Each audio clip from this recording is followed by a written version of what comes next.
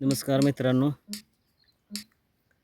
हवामानाच्या हे यूट्यूब चॅनलमध्ये आपल्या सर्वांचं स्वागत आहे. आपण जर ह्या यूट्यूब चॅनलमध्ये नवीन असाल तर आपल्या चॅनलला सबस्क्राईब करा. एक शेतकरी बांधवाचं नवीन यूट्यूब चॅनल आहे आणि आपले व्हिडिओ जास्तीत जास्त शेतकरी बांधवांपर्यंत शेअर करत चला, जेणेकरून शेतकरी बांधवांना आपल्या ही माहिती मिळेल. तर मित्रांनो, गेले बरेच काही दिवस पावसाची जी अपेक्षा आहे ती सर्व शेतकरी बांधवांना असेल. सर्वांनाच अपेक्षा आहे की पाऊस सुरू व्हायला पाहिजे आणि जो उन्हाचा पहार आहे तो पारा कमी यायला पाहिजे आणि वातावरण जे आहे ते थंडात्मक, म्हणजेच उन्हापासून जे आहे ते सर्वांना आराम मिळावा, त्यासाठी जे हवामान बदल होत आहे. तर मित्रांनो, आज हवामानात खूपच मोठा बदल म्हणावा लागेल, कारण आपण गेल्या 2-3 दिवसाखाली आपण जी माहिती दिली होती त्यानुसार हवामानात बदल झालेला आहे. महाराष्ट्रातील बहुतांश भागांमध्ये ढगाळ वातावरण आहे. काही ठिकाणी स्थानिक वातावरण तयार होऊन काही ठिकाणी रिमझिम स्वरूपाचा तर काही ठिकाणी हलक्या स्वरूपाचा जो पाऊस आहे तो पडत आहे. तर पुढील काही दिवसांमध्ये सुद्धा वातावरण हे बदलत राहणार आहे आणि कारक जो पाऊस आहे तो पुढील 2 ते 3 दिवसांमध्ये आपल्याला पाहायला मिळेल. परंतु आजची स्थिती काय आहे ते आपण पाहणार आहोत.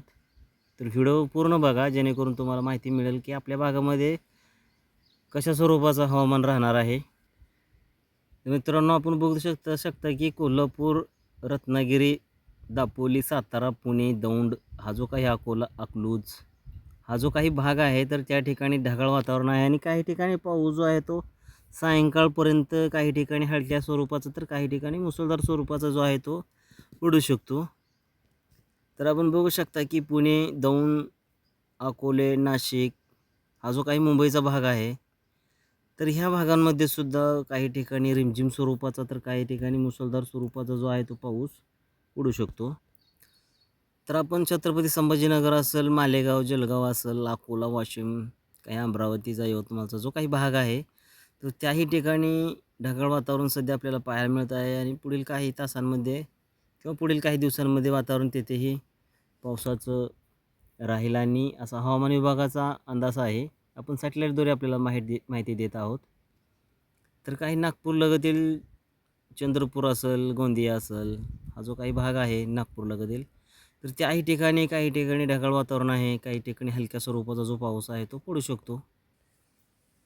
तर मित्रांनो, आपण बघू शकता की सायंकाळपर्यंत जो वातावरण आहे ते वातावरण सध्या बदलू शकतं आणि जो अरबी समुद्र लगतील भाग आहे, जसं की आपण मागं पाहिलंच असाल,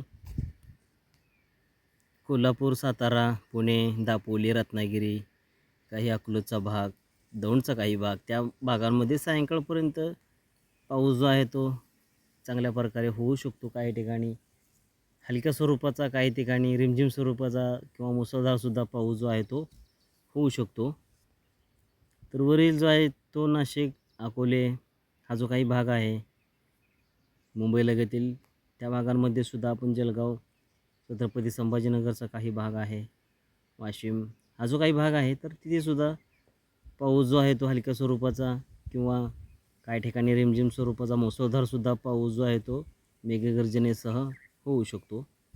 तर आपण नागपूरलगतील मागा जो भाग बघितला होता तर त्या ठिकाणीसुद्धा काही ठिकाणी रिमझिम स्वरूपाचा, काही ठिकाणी मुसळधार स्वरूपाचा किंवा हलक्या स्वरूपाच्या सरी ज्या आहेत त्या पडू शकतात.